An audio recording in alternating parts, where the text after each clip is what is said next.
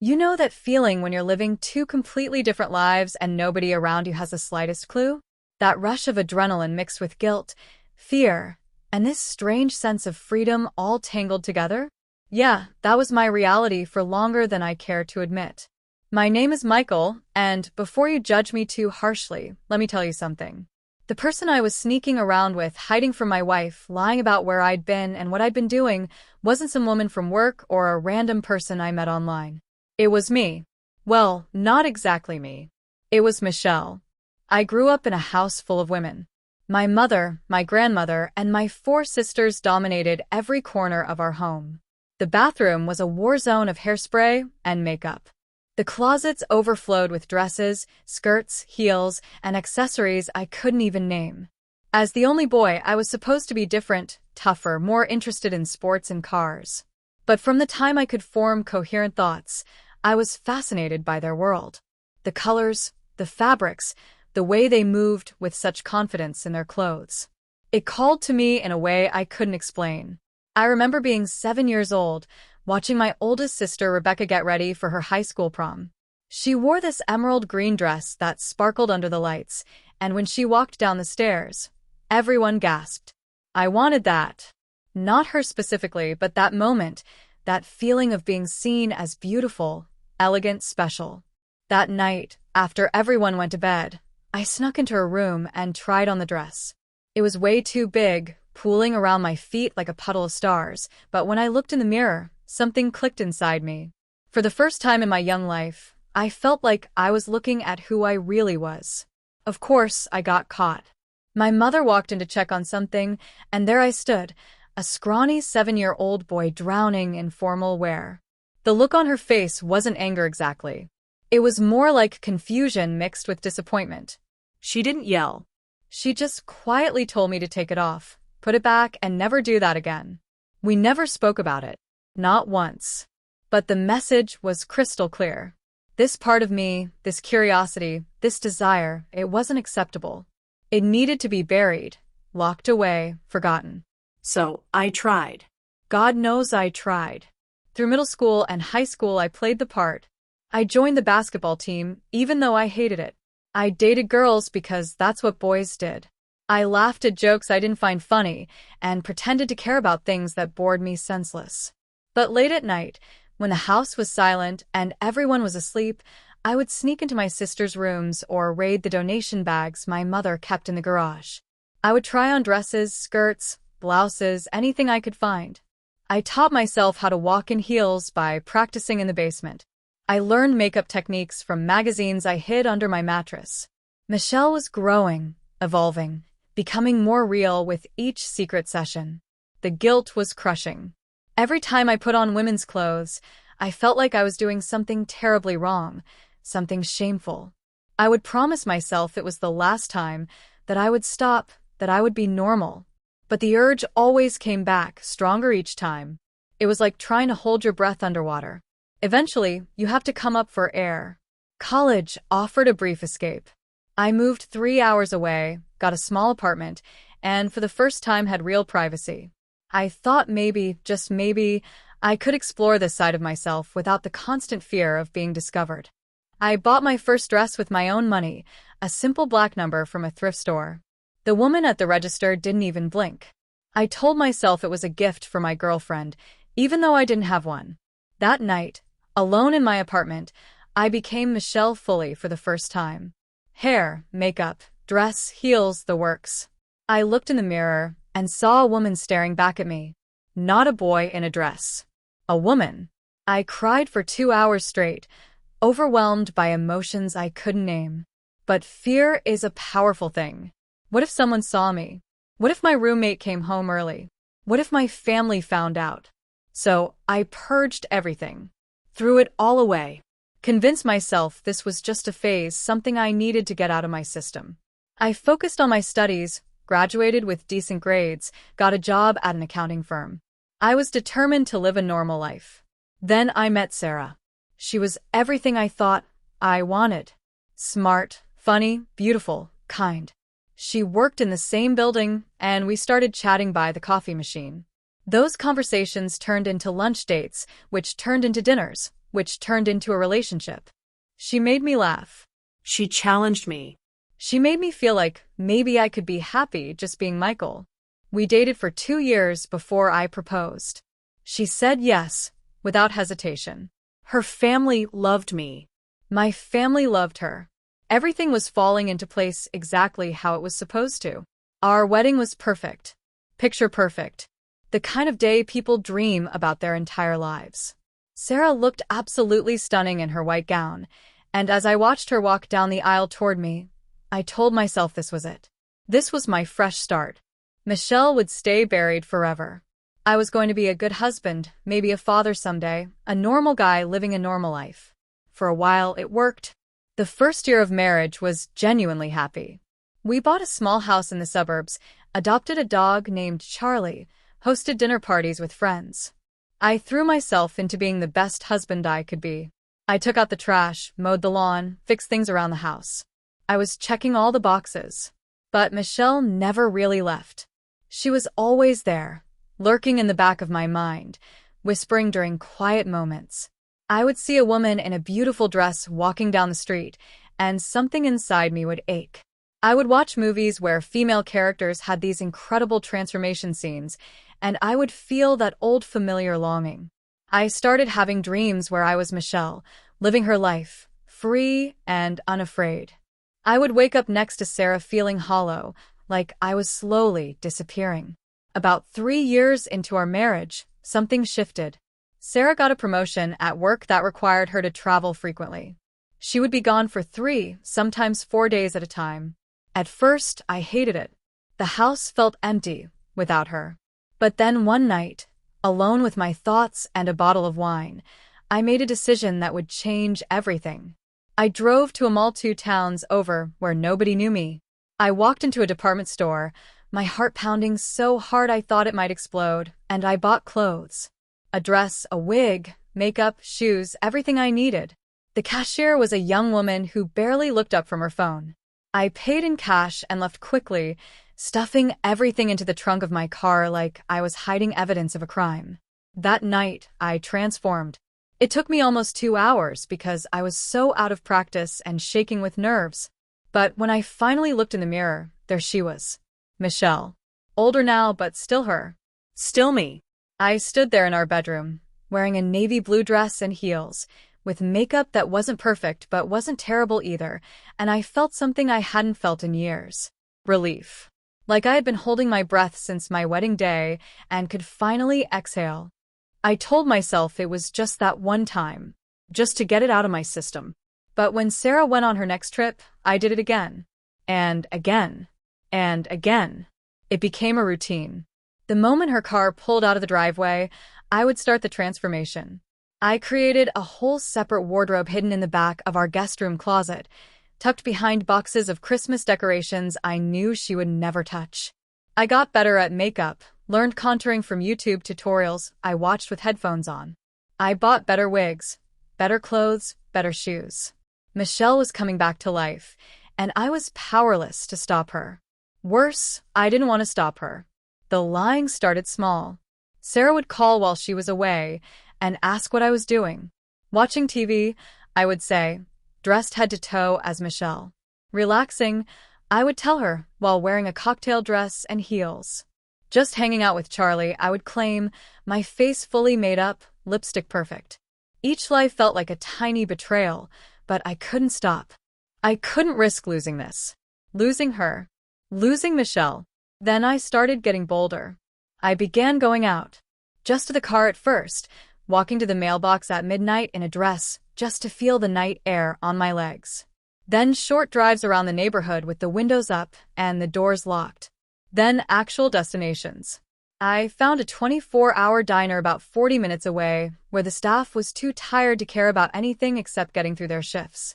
I would sit in a corner booth as Michelle, drinking coffee and eating pie, just existing in the world as her.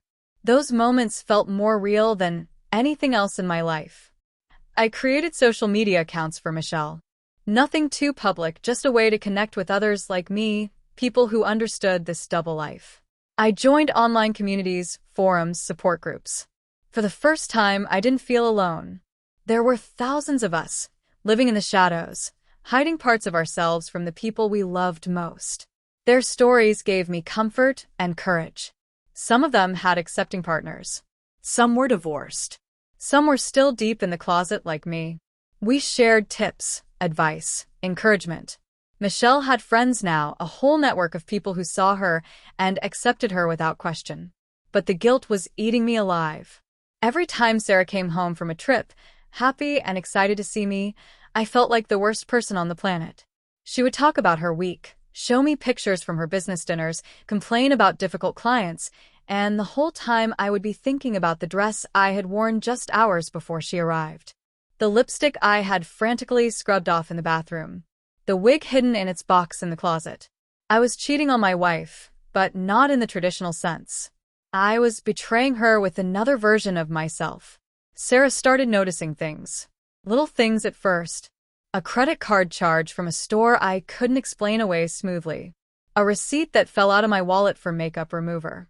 She asked casual questions that felt like interrogations. Why was I ordering so many packages? Why did I seem distant lately? Was everything okay at work? I deflected, made excuses, changed the subject. But I could see the doubt creeping into her eyes. She knew something was off. She just didn't know what. The close calls became more frequent. Once, I didn't hear her car pull into the driveway because I had music playing while I practiced walking in heels. She came home 6 hours early from a canceled meeting.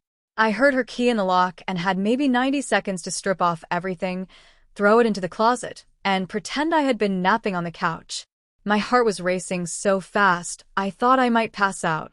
She walked in, gave me a strange look, and asked if I was feeling okay. I looked flushed, she said. Probably coming down with something. I lied, adding another brick to the wall I was building between us.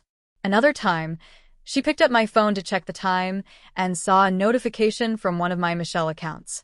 "Who's this?" she asked, holding the screen toward me. The preview showed part of a message from someone in my support group. I grabbed the phone too quickly, too desperately. "Just spam," I said. "Some bot account." She didn't look convinced, but she let it go.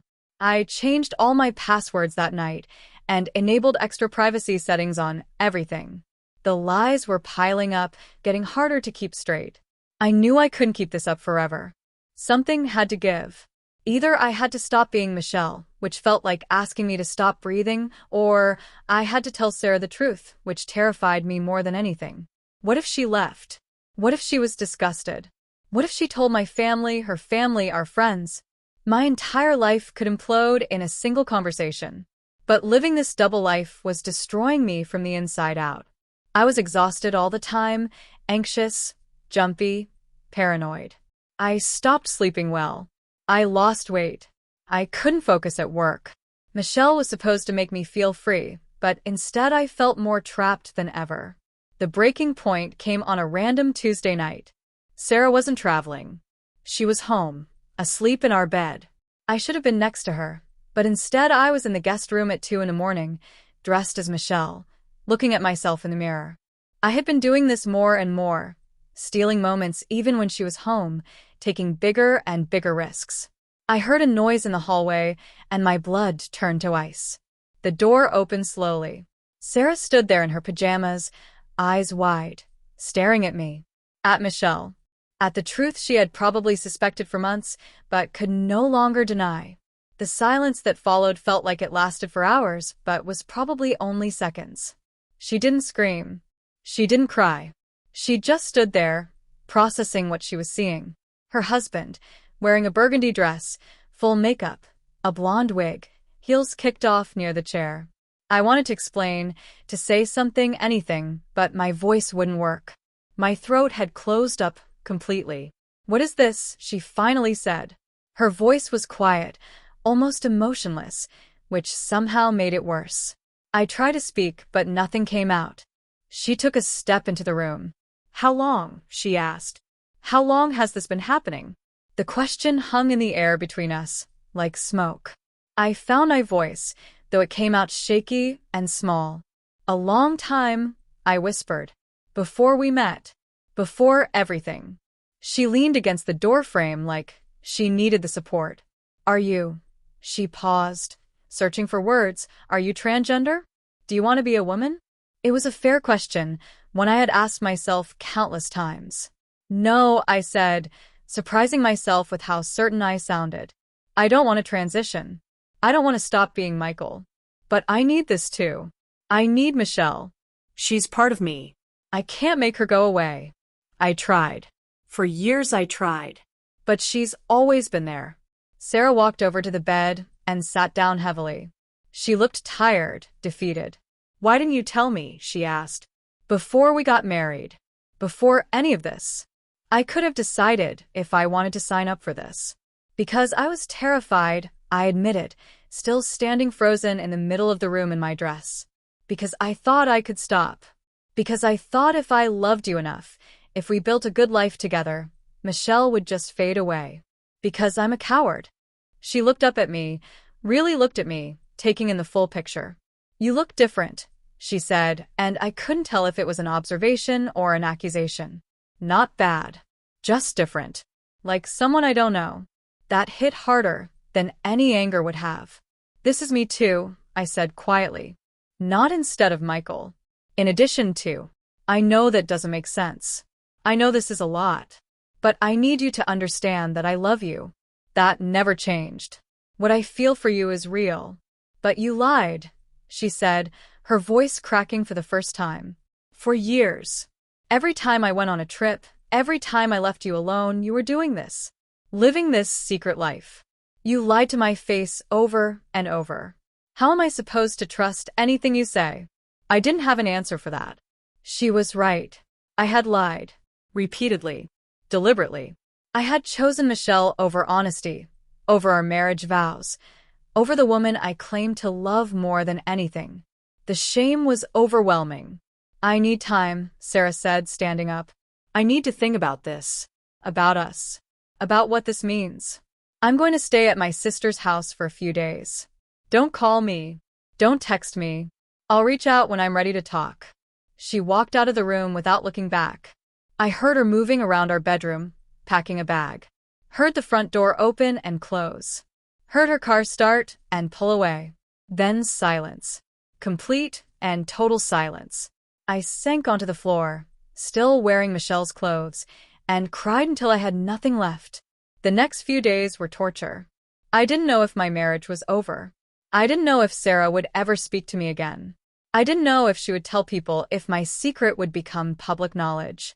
I existed in this horrible limbo, unable to eat or sleep properly, just waiting for some kind of verdict on my life. I took the time to really think about everything. About who I was, who I wanted to be, what I was willing to sacrifice. I realized that I couldn't give up Michelle. Not permanently. She wasn't a hobby or a phase or something I could just quit. She was fundamentally part of who I was. But I also didn't want to lose Sarah. Despite everything, despite the lies and the betrayal and the mess I had made, I genuinely loved her. She was my best friend, my partner, the person I wanted to build a life with. On the fourth day, Sarah called. Her voice was calm, but guarded. We need to talk, she said. Can you meet me at the coffee shop on Main Street in an hour? I agreed immediately, threw on clothes, and drove there in a daze. She was already sitting at a corner table when I arrived, 2 cups of coffee in front of her. She had bought my usual order. That small gesture gave me a tiny spark of hope. I sat down across from her, afraid to speak first. She looked at me for a long moment. I've been doing a lot of research, she said. Talking to my therapist. Talking to my sister, though I didn't give her all the details. Trying to understand this. Trying to figure out what I'm feeling. I stayed silent, letting her continue. I'm hurt, she said bluntly. I'm angry. I feel betrayed. You lied to me for years.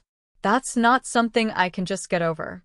But I also recognize that you were dealing with something difficult, something you probably didn't fully understand yourself. And I believe you when you say you love me. She took a sip of her coffee. Here's what I need, she continued. Complete honesty from now on. No more secrets. No more lies. If you need to be Michelle, then be Michelle. But don't hide it from me. I need to know what's happening in my own marriage. I need to know who I'm married to. All of who you are. I felt tears forming. You mean, I started, but couldn't finish the sentence. I mean, I'm willing to try, she said carefully. I'm not saying it will be easy. I'm not saying I understand it completely. But I married you because I love you, because I believed we could face anything together. So, let's face this together. But Michael, if you lie to me again about anything, we're done. No second chances. Do you understand? I nodded vigorously, not trusting my voice. Yes, I managed to say, I understand. Thank you. Thank you so much. I won't waste this chance. I promise. We spent the next 3 hours in that coffee shop, talking more honestly than we ever had. I answered every question she had, even the uncomfortable ones. I showed her the social media accounts, the online communities, tried to explain what it felt like to be Michelle. She listened without judgment, asked clarifying questions, admitted when something didn't make sense to her. It wasn't easy. There were tears and difficult moments. But we were finally being real with each other. Sarah came home that night. We didn't magically fix everything. It took months of therapy, both individual and couples counseling, to work through the betrayal and rebuild trust. Sarah had to grieve the version of our marriage she thought she had. I had to learn how to be vulnerable and honest instead of hiding and lying. It was hard work, harder than anything I had done before. Slowly, carefully, we found a new normal. Sarah set boundaries. She needed advance notice when I was planning to dress as Michelle. She needed certain spaces in the house to remain just ours, not connected to that part of my life. She didn't want to participate directly, at least not at first. She just needed to know it was happening. I respected every boundary she set. I was grateful just to have the chance to be honest. About 6 months after the revelation, something unexpected happened. Sarah came home from work one Friday evening, carrying a shopping bag. "This is for you," she said, handing it to me. "Well, for Michelle." I saw it and thought she might like it. Inside was a scarf. Beautiful, elegant, something Michelle would absolutely wear. I looked up at Sarah, confused and touched. "I'm trying," she said simply. "I'm trying to accept all of you. I can't promise I'll ever fully understand it, but I can try to support you. Because that's what people who love each other do." That was a turning point. Sarah started asking questions out of genuine curiosity rather than fear. "What does it feel like when you're Michelle? What do you like about it?" She looked through some of my clothes and offered opinions. "That color doesn't work with your skin tone," she said once, completely matter of fact. "Try jewel tones instead." It was surreal and wonderful. Eventually, she asked if she could see me fully dressed as Michelle. Not catch me by accident, but actually see the transformation intentionally. I was terrified but agreed. I took my time getting ready, making sure everything was perfect. When I walked out into the living room where she was waiting, her expression was complicated. Surprise, curiosity, a little bit of discomfort, but also something else. Acceptance, maybe. "You look happy," she said finally. "When you're like this, you look genuinely happy in a way I don't always see otherwise." That observation, delivered so simply, made me realize she truly saw me. Not just Michael. Not just Michelle. All of it. All of me. We established new routines. Some evenings, Sarah would go visit friends or take a long bath, and I would have time to be Michelle without sneaking around. We planned my time as Michelle around her schedule, so she always knew what was happening. I stopped lying. About anything. Even small things. I overcorrected probably, becoming almost too honest, but I never wanted her to doubt me again.